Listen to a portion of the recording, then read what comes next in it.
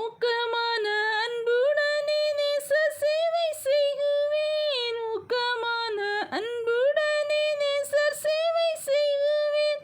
நீக்குவார் குறைகளை, நீக்குவார் குறைகளை, அன்பரிதம் நிறைவினால் ஆசி அருளுவார்.